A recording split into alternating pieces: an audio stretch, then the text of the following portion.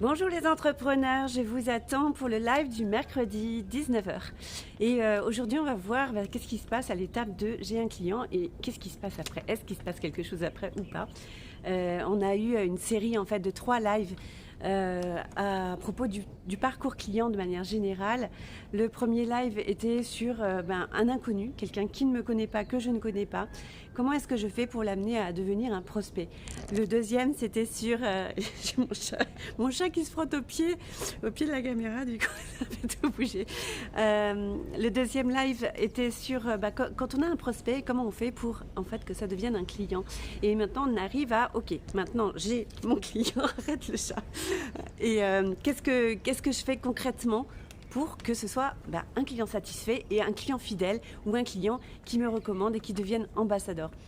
Donc je vous attends sur cette question-là et ça m'intéresse toujours de partir de vos exemples, de vos problématiques, de ce que vous vivez, de ce que vous mettez en place aussi pour inspirer les autres, pour qu'on traite cette question. Alors dans le contenu que je fais, c'est vrai que je vous aide beaucoup sur la visibilité, sur la vente, sur la stratégie marketing, sur le mindset évidemment énormément aussi, et en fait pas tant que ça sur la livraison. La livraison de votre offre, que ce soit un produit physique ou un produit de service, la livraison est importante. Et en même temps, je me dis, bon, a priori, si vous êtes entrepreneur, si vous êtes lancé, c'est que vous avez une expertise et une expertise solide. Enfin, en tout cas, je l'espère. Alors, si vous avez démarré dans l'entrepreneuriat, peut-être que vous avez en fait une expérience et une expertise qui est solide depuis des années, que vous avez pratiqué dans le monde du salariat. Donc là, il n'y a aucun problème de légitimité. Le syndrome de l'imposteur ne se situe pas au niveau de votre expertise, peut-être au niveau de l'entrepreneur que vous êtes, mais moins au niveau de votre expertise. Et puis, peut-être que vous avez par contre décidé de complètement changer de vie et de changer de domaine. Et dans ce cas, votre expertise est peut-être moins assise ou vous êtes en train de vous former pour ça. Donc peut-être que la livraison de votre service ou de votre produit est une étape qui est encore difficile pour vous. Vous êtes peut-être perfectionniste sur la création de votre contenu, du coup l'offre elle a du mal à sortir, vous n'arrivez pas à décider que c'est suffisamment bien pour la vendre, vous attendez que tout soit fignolé pour pouvoir effectivement la mettre en vente, etc. Donc voilà, il y a des problématiques qui se jouent à ce niveau-là. Je ne sais pas si vous êtes concerné, vous pouvez me dire. Bon alors, en considérant que votre expérience et votre expertise dans votre domaine est suffisamment OK pour que vous vendiez, vous pouvez donc avoir des clients. Et une fois qu'on a un client, qu'est-ce qu'on fait ? Qu'est-ce qu'on fait ? Est-ce que tout s'arrête là ? Est-ce qu'on a vendu, c'est bon, je continue ma prospection et je ne m'occupe pas du client puisque de toute façon le chiffre d'affaires est rentré, basta ? Ben non, pas vraiment, parce que en général, je vous connais, vous avez quand même ce besoin de contribution, ce besoin d'aider les gens. Donc votre but et votre mission, la mission de votre entreprise, c'est quand même que le client règle son problème, arrive à la solution qu'il voulait atteindre. Et pour ça, il faut que votre offre tienne sa promesse. On parle de promesse, mais quelque part, vous tenez votre promesse grâce à votre produit. À votre produit et qui se consomme peut-être de manière instantanée ou de manière longue dans la durée, peu importe. Mais à la fin de la consommation de votre produit, le client doit être satisfait et doit en avoir pour son argent au niveau de la promesse. La promesse est tenue.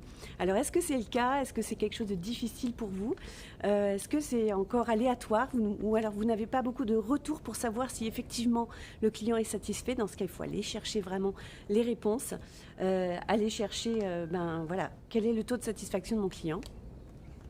Et puis aller chercher les témoignages, on va en parler. C'est bon pour nous, mais c'est bon pour nous dans tous les sens, que le témoignage soit bon ou mauvais, quelque part. Alors donc la première chose c'est, ok, j'ai un client, là je le bichonne. C'est un client, il a payé, je ne le quitte pas, je veille à ce que tout se passe bien pour lui. Donc, on a un service après-vente si c'est un produit physique, on a un suivi client si c'est un service, un produit de service, et on délivre sa promesse. On veille à ce que tout se passe bien sur tout le parcours de consommation de l'offre. Alors, déjà, peut-être réfléchir, tiens, qu'est-ce que je fais moi dans ce sens ? Qu'est-ce que je mets à disposition ? Est-ce que moi je suis disponible si le client a une question? Est-ce qu'il a un endroit où il peut se référer? Est-ce qu'il peut appeler mon bureau, mon assistant? Est-ce qu'il peut aller quelque part pour avoir le mode d'emploi, pour comprendre comment ça fonctionne, comment bien utiliser le produit? Est-ce qu'il y a une fois en question qui lui permet, s'il a un souci technique peut-être par exemple, ou peut-être quelque chose dans sa vie qui fait qu'il ne peut pas consommer le produit comme il avait pensé le consommer, qui puisse trouver les réponses à ces questions tout simplement pour que tout son cheminement avec le produit se passe bien, de la meilleure manière, de manière confortable. Et puis, est-ce que j'ai cette adaptabilité qui fait que je peux rebondir? Par exemple, si vous êtes formateur, et que vous avez une convention qui se passe du 1 au 31 du mois, et vous avez votre client qui doit partir à l'hôpital et se faire opérer. Bon, c'était pas prévu. Comment je fais? Comment je suis agile pour permettre que mon client soit satisfait? Comment est-ce que je rebondis? Quelle est ma faculté de réaction, de transformation, de création du bon contexte pour lui, pour que ça reste aussi dans le cadre de l'acceptable et du bon sens administratif, comptable, et pour moi, pour mon rythme, pour la relation avec l'entreprise, etc. Donc de quelle manière j'ai déjà installé des process où j'ai déjà imaginé des choses, même si évidemment on ne peut pas anticiper toutes les situations, de quelle manière je suis souple à ce niveau-là pour permettre, quoi qu'il arrive, que le client soit satisfait de mon produit. En tout cas, moi, je prends la responsabilité de délivrer la promesse et d'être au petit soin de mes clients. Est-ce que ça vous parle? Alors, réfléchis à chaque fois dans ton entreprise, tiens, qu'est-ce que j'ai mis en place pour ça? Et qu'est-ce que je pourrais créer encore qui permette d'avoir une meilleure expérience client, une meilleure qualité de relation, et puis surtout une meilleure délivrance de la promesse, quoi, hein. On est toujours là-dessus. On dit souvent promettez peu, délivrez beaucoup, quoi. Enfin, de vraiment donner carrément plus que la promesse, ça c'est vraiment le top. Là, on va avoir des clients qui vont vraiment être fidèles et nous recommander. Alors, il faut bien savoir que si un client, par exemple, n'est pas satisfait, alors je parle vraiment de clients qui ne sont pas satisfaits par ce que vous apportez, hein. Votre produit ne marche pas, ou il s'est cassé tout de suite, ou il n'arrive pas à temps, ou par rapport à ce que vous avez promis, c'est largement en dessous au niveau contenu, ou il y a plein de bugs dans la plateforme de contenu, etc. Enfin voilà, peu importe le produit que vous avez. Il n'en a pas pour son argent, quoi. Et clairement, il sent qu'il s'est fait avoir. Qu'est-ce qu'il va faire, ce client? Il va être tenté de mettre un avis négatif. Et un avis négatif, c'est tout ce qu'on ne veut pas avoir, en fait. C'est tout ce qu'on ne veut pas avoir. Donc un avis négatif, c'est difficile. C'est comme le sparadrap du capitaine Haddock, quoi. Ça colle et puis on n'arrive pas à s'en défaire. Pourquoi? Parce qu'un avis négatif, pour équilibrer un avis négatif, il faut 5 avis positifs. Hein, comme par exemple quand on vous fait une remarque négative ou un reproche, il va falloir derrière 5 compliments, 5 preuves d'amour pour que ça lisse, pour que ça revienne à zéro. Donc imaginez comment on est construit, c'est compliqué, hein. Étant donné surtout que quand on voit les trucs, on est toujours, surtout en France, un peu râleur, et toujours plus enclin à dire oh non mais ça va pas, ça c'est pas acceptable, ça c'est pas professionnel, ça je comprends pas, j'ai payé pour ça mais en fait j'en ai pas eu pour mon argent. Donc ça finalement c'est facile à dire. Par contre les compliments, c'est plus difficile. C'est pas que c'est plus difficile à dire, mais c'est juste qu'on n'y pense pas parce que c'est normal. C'est tout à fait normal en fait. J'ai acheté un truc, j'en ai eu pour mon argent, mais je pense pas à aller poser un témoignage et dire voilà, ça c'était super, ça m'a permis d'eux, etc. pour inspirer les autres. C'est pas une démarche qu'on fait naturellement. Et même vous verrez que vos clients les plus satisfaits, si vous leur demandez pas vous-même d'aller poster un témoignage ou une recommandation, un avis sur telle plateforme en fonction de ce que vous visez, ils n'y penseront pas, tout simplement, ils n'y penseront pas, alors qu'ils sont super contents. Donc vraiment vous dire que d'une part, il y a toujours plus de gens qui sont enclins à mettre des avis, c'est mon chat, mettre des avis négatifs que positifs. Voilà, c'est comme ça, c'est la nature humaine. Et en plus, à chaque fois qu'on a un avis négatif, il compte pour 5 fois plus dans l'image qui vous sert ou qui vous dessert du coup, qu'un avis positif. Donc il faut 5 fois plus d'avis positifs pour juste neutraliser un avis négatif. D'accord ? Et en même temps, c'est super d'avoir ces avis négatifs parce que c'est là que vous allez le plus apprendre.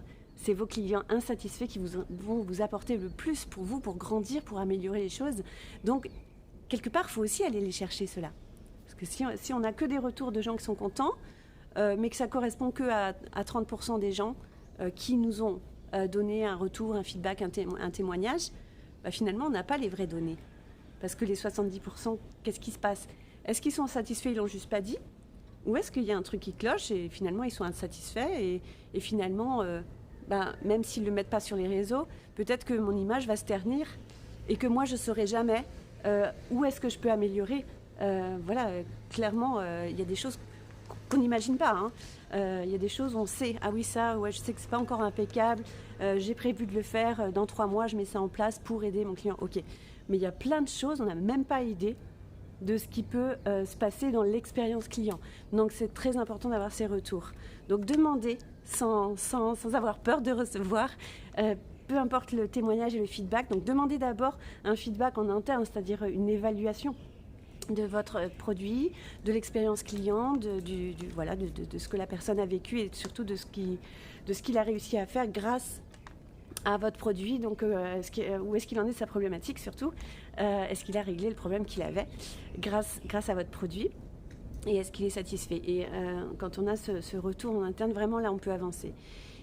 Deuxième étape, c'est vraiment après de lui demander un témoignage, en particulier s'il est content bien sûr, pour avoir de la preuve sociale, pour avoir de l'autorité, pour avoir du coup plus de visibilité et plus de ventes, et aussi pour avoir plus de confiance entrepreneuriale. Vous savez, ce fameux syndrome de l'imposteur qui traîne souvent. Quand on a des témoignages positifs, ça fait du bien, tout simplement ça fait du bien. Pas pour l'ego, c'est pas dans ce sens-là, parce que les témoignages qui nous intéressent, c'est pas forcément les témoignages qui disent ah, t'es quelqu'un de génial, je t'adore. Non, ça c'est pas forcément intéressant professionnellement. Les témoignages qui sont intéressants, c'est quand quelqu'un dit j'étais vraiment dans la panade et grâce à cette offre j'ai réussi à clarifier les choses, à transformer ma vie, etc. Ça c'est un témoignage intéressant pour vous professionnellement et surtout ça vous permet d'être dans votre confiance par rapport à votre expertise, par rapport à la qualité de vos produits et de dire tout simplement je suis à ma place et je suis à la bonne place parce que je suis utile, je contribue et je sers mes clients, je suis en service. Donc récolter des témoignages, c'est vraiment quelque chose qui doit être automatique et ne pas supposer que les gens satisfaits vont vous apporter des témoignages, c'est pas vrai. Non, c'est pas vrai. Donc vraiment les demander et les redemander une deuxième fois si jamais ça ne vient pas tout de suite. C'est toujours mieux à chaud. Et on peut aussi demander des témoignages par la suite, un peu plus à froid, en disant tu as mis ça en place dans ta vie. Ça fait 2 mois. Je voulais avoir des nouvelles. Comment ça se passe ? Est-ce que ça évolue bien, etc. Voilà. Par exemple, je prends un exemple. Si quelqu'un travaille dans la perte de poids, il va peut-être travailler 3 mois avec la personne. La personne a effectivement perdu du poids. Elle a un témoignage positif. Qu'est-ce qu'il en est 2 mois après ? Quand il n'y a plus l'accompagnement à la perte de poids, est-ce qu'elle continue à perdre du poids ? Est-ce qu'elle stabilise ? Ou est-ce que c'est la catastrophe ? Elle a tout repris ? Comment ça se passe ? Donc c'est toujours intéressant aussi d'avoir ces retours à froid du client. Donc donc la première chose, c'est d'éviter les mauvais retours, mais en même temps d'avoir aussi éviter les mauvais témoignages, mais avoir les retours des clients qui ne sont pas complètement satisfaits parce que vous avez besoin d'eux pour améliorer votre service, votre produit, la qualité de la délivrance de la promesse. De toute façon, délivrer votre promesse, ça c'est votre job, donc ne pas passer à côté, on n'est pas là juste pour vendre des trucs pour avoir des sous, et puis finalement il ne se passe rien après, parce que de toute façon le business il ne va pas tenir. Donc le meilleur moyen d'un business durable, c'est que le produit délivre la promesse, et puis, de toute façon, vous serez beaucoup plus aligné avec vous si vous remplissez votre mission, c'est-à-dire, ok, vous avez choisi d'être entrepreneur pour régler un problème, la satisfaction, c'est d'effectivement régler ce problème et pour de plus en plus de gens. Donc, vous avez des clients satisfaits. Maintenant, on peut aller encore plus loin, c'est-à-dire que ces clients satisfaits, réfléchis un petit peu, est-ce qu'il y a quelque chose en place dans ton entreprise pour donc mesurer la satisfaction client, pour récolter des témoignages à chaud, récolter des témoignages à froid, améliorer les choses, améliorer l'expérience client pendant sa consommation, améliorer après avec les retours pour que les suivants aient une meilleure consommation du produit. Et puis, au bout d'un moment, on réfléchit aussi à aller encore plus loin. C'est-à-dire que le client que j'ai là, il est satisfait. Donc, il a aimé travailler avec moi, avec mon produit. Qu'est-ce que je peux lui proposer en fait, hein? Est-ce que ça a un sens de continuer le chemin avec lui? Est-ce que je peux l'amener encore plus loin par rapport à sa problématique? Souvent, vous savez, quand on règle une problématique, c'est jamais fini en fait. On est toujours en expansion. Comme si la vie c'était un escalier, quoi. Donc quand on gravit une marche, souvent il y a une autre marche après. Il y a une autre problématique qui s'ouvre qu'on n'avait même pas vue avant, hein. Et c'est comme ça. Donc voilà, tous les gens qui se disent je serai heureux quand, il y a toujours un autre truc. Et malheureusement, ils reportent le bonheur. Donc c'est juste dommage. Donc soyez heureux à chaque moment où vous êtes sur une marche, mais aussi à chaque moment où vous êtes en suspension, vous savez, avec ce pied levé pour aller sur l'autre marche où c'est très inconfortable. Voilà, je profite aussi pour être heureux dans ces moments-là. Parce que le bonheur, il n'est pas au bout de l'escalier, parce que l'escalier, il est toujours infini. Je ne sais pas si cette image vous parle, vous pouvez me dire en commentaire peut-être. Je ne vois pas trop de commentaires. Alors, je ne sais pas si le chat marche. Voilà, vous pouvez me faire... Ah voilà, il y a Angélique. J'ai le petit bonjour d'Angélique là. Voilà, donc étant donné que effectivement, quand un problème se résout, il y a autre chose qui arrive. Je prends un exemple. Voilà, un produit sur bien vivre sa grossesse. Ok, bien vivre sa grossesse. Ok, mais au bout de la grossesse, il y a quoi? Il y a un accouchement, il y a un bébé qui est là, donc il y a un autre problème qui arrive, hein. Et puis quand on a réglé le problème, je ne sais pas moi, de l'allaitement ou des premières couches, etc., mais il y a un autre problème, c'est comment on met sur le pot, puis après il y a un autre problème, voilà. Et c'est comme ça la vie. Voilà, ceux qui ont des enfants, je pense que ça vous parle. Et du coup, si vous êtes dans cette spécialité de j'aide les femmes à bien vivre leur grossesse, c'est tout à fait logique que je puisse proposer, si j'en ai envie bien sûr, une suite de gamme sur comment équilibrer mon couple avec bébé, ou sur comment retrouver mon corps de femme après l'accouchement, ou comment masser bébé, enfin voilà, peu importe ce qui vient après, qui vous convient et qui est dans votre expertise, mais quelque chose qui correspondra à un des problèmes suivants de la personne. Oui, ben ouais. Ah, t'es là, Karim. Ok, ouais, c'est vraiment ça. Donc, dans ce cas, on peut imaginer une suite de gamme. Et tiens, c'est intéressant, Karim, que tu sois là, parce que comme toi, tu es dans la psychanalyse, tu n'as pas forcément l'intérêt à ce que tes clients soient fidèles. Parce que dans ce cas, ça veut dire que tu n'as pas forcément délivré la promesse. Alors peut-être que tu me diras non, il y a effectivement une raison, une possibilité, ou effectivement un problème suivant qui... Mais en même temps, voilà, tous les gens qui sont dans la thérapie, quelque part, vous voulez surtout pas que les gens deviennent addicts à votre accompagnement, hein. C'est pas le but, c'est au contraire, c'est à chaque fois que les gens ne viennent plus, même s'ils n'ont pas prévenu, peu importe, ça veut dire qu'ils vont mieux, a priori. Donc, c'est quand même plutôt réjouissant. Et vous souhaitez pas qu'ils frappent à la porte, sinon, voilà, c'est qu'ils ont replongé. Donc, dans ces cas-là, dans ce cas où je peux pas fidéliser ma clientèle, par contre, si ma clientèle a une bonne expérience avec moi, si j'ai effectivement atteint la promesse et que sa vie s'est transformée dans son problème qu'elle avait, à ce moment-là, cette personne, elle peut me recommander, hein. Et Karim, clairement dans ton domaine, on est les premiers à demander des recommandations. Voilà, sur tout ce qui est médical, tu connais pas un bon médecin et tout, alors c'est complètement idiot parce que chacun a son expérience et que tous les médecins ont leur personnalité, leur façon de faire et leur approche, etc. Donc voilà, mais en même temps on est vraiment là-dessus, on est vraiment sur, quand il y a un travail sur l'humain, on a envie que les choses se passent bien et ça nous rassure que quelqu'un qu'on connaît, qui a priori a les mêmes valeurs, ou a eu les mêmes difficultés que nous, a eu une expérience plutôt positive avec quelqu'un et du coup, ça nous rassure d'aller vers là.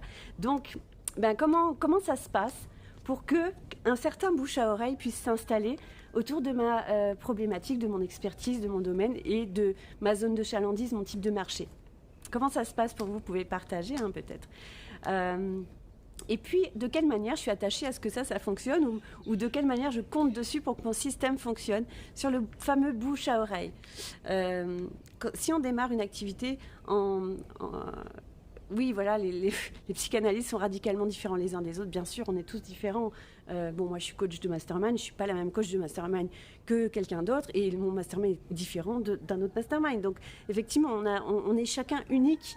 Et l'idée, c'est pas d'être le meilleur.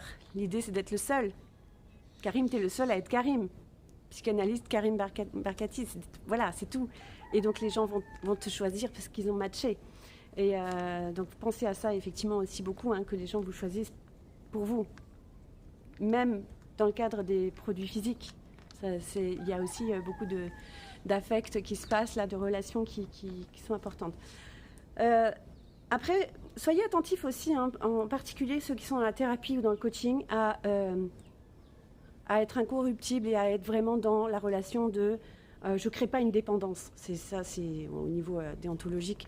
Voilà, faites très attention à ça. Quand on est à la fois d'un côté chef d'entreprise et dans le marketing, on peut avoir quelquefois cette tendance à créer le besoin là où il n'est pas forcément et à inciter. Voilà. Donc faites attention aussi à ça, soyez bien éthique dans votre vente et dans votre domaine et dans votre relation aux clients. En général, ceux qui font de la thérapie, vous avez une charte de déontologie. Donc voilà, mettez bien ça noir sur blanc et recheckez de temps en temps. Tiens, je ne suis pas en train de dériver un petit peu.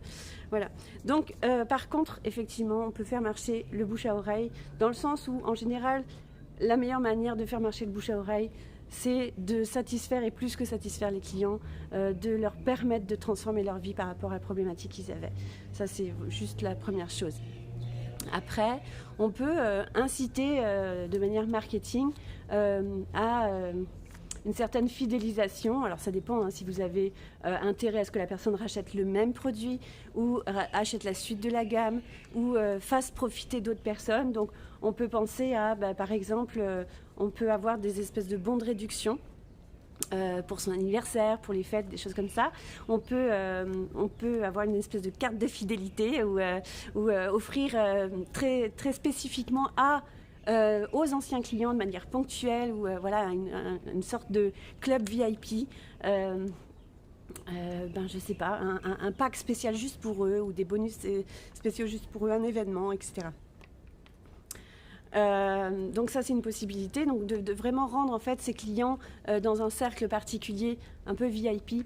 En particulier les tout premiers clients, c'est ceux qui ont été peut-être les pionniers, qui vous ont aidé à construire votre offre, qui vous ont donné les premiers feedbacks. Ceux-là on aime bien les bichonner, on aime bien les rendre ambassadeurs. Les rendre ambassadeurs, ça veut dire quoi? Ça veut dire qu'on va instaurer en fait un système qui permet que cette recommandation soit un peu plus officialisé. Alors c'est un choix. On peut dire ok, s'il me recommande tant mieux. On peut aussi inciter en disant est-ce que tu connaîtrais pas des gens qui seraient intéressés pour faire le même cheminement que toi pour régler le même problème. Donc on incite un petit peu à développer en fait le bouche à oreille. Et on peut remercier ça. On peut remercier par après, c'est-à-dire qu'une personne nous a recommandé, on fait un geste. On fait un geste commercial, on fait un petit cadeau, on fait quelque chose qui remercie. Et on peut l'officialiser dans le sens, par exemple, d'un parrainage. On dit, écoute, si tu as envie de parrainer mon offre, toi, tu as 10% de manière systématique sur telle gamme de produits, etc. Et puis, on peut... au-delà de ça, si les gens sont vraiment fanats de votre offre et ont aussi cette faculté de la promouvoir, en particulier s'ils ont une communauté où ça a du sens de le faire. Donc on peut créer un système de partenariat ou d'affiliation qui permettent à ce que finalement vos clients vont vous amener des clients de manière un peu plus régulière ou avec plus de proactivité. Alors évidemment, vous leur donnez le contenu pour qu'ils puissent promouvoir votre offre de la bonne manière, avec votre branding, avec les valeurs qui vont derrière, sans dire n'importe quoi. Donc vous les aidez, vous les accompagnez là-dessus. Vous leur donnez, des visuels, des textes, des choses qui leur permettent de vraiment aller vers là si ça les intéresse. Voilà, comment ça vous parle, cette histoire de, OK, le client, quand il a acheté, ça ne suffit pas, on délivre bien la promesse, on va vraiment au bout de la promesse, voire plus, on délivre plus que ce à quoi il s'attendait pour avoir des clients satisfaits. Je vous rappelle un témoignage négatif par rapport à un témoignage positif, ça vaut 5 fois plus dans l'esprit des gens. Hein, et c'est difficile à enlever. Voilà. Ça ne veut pas dire qu'il faut forcément avoir 5 étoiles sur Google My Business, mais essayez de voir, OK, si j'ai un commentaire qui a 1 sur 5, qu'est-ce que je fais, comment je fais? Alors, rééquilibrer avec des clients satisfaits, souvent c'est le mieux, parce que voilà, plus il y a de clients satisfaits, plus les gens qui vont lire ces avis vont relativiser. Je veux dire, bon, il y en a un qui était un peu grognon là-dedans, mais de manière globale, c'est quelqu'un qui gaze bien, j'ai envie de travailler avec lui. Hein, mais vraiment, avec cette proportion de... il faut 5 témoignages positifs pour annuler, juste annuler, pas effacer, un témoignage plus négatif. Donc, et avec cette propension qu'on a naturellement, surtout les Français très râleurs, de dégainer beaucoup plus vite à mettre des avis négatifs qu'à mettre des avis positifs. Donc, faites vraiment de manière proactive cette recherche d'avis, de témoignages positifs pour pouvoir bien instaurer votre autorité, vous mettre vous aussi dans votre confiance entrepreneuriale, votre légitimité sur votre expertise et augmenter votre visibilité, votre crédibilité et la confiance avec les prospects. Et donc après, on passe à vraiment la fidélisation, s'il y a lieu de fidéliser dans votre domaine, soit sur le même produit, soit sur la suite de la gamme, le bouche à oreille, favoriser plus ou moins en fonction de ce que vous voyez pour vous, jusqu'à, pourquoi pas, l'affiliation. Voilà, j'espère que ce live vous a apporté des perspectives. Juste déjà de checker, tiens, qu'est-ce que je fais actuellement pour cette partie-là? J'avais pas pensé, je suis tellement canalisée sur la vente que en fait, j'ai pas pensé qu'une fois que la vente est faite, il y a quand même encore quelque chose à travailler et à soigner et à bichonner. Les clients, on les bichonne, on les soigne aux petits oignons. Donc voilà, amusez-vous bien avec vos clients et ayez que des sourires, des petits cœurs, des étoiles et des gens satisfaits pour changer le monde. À bientôt.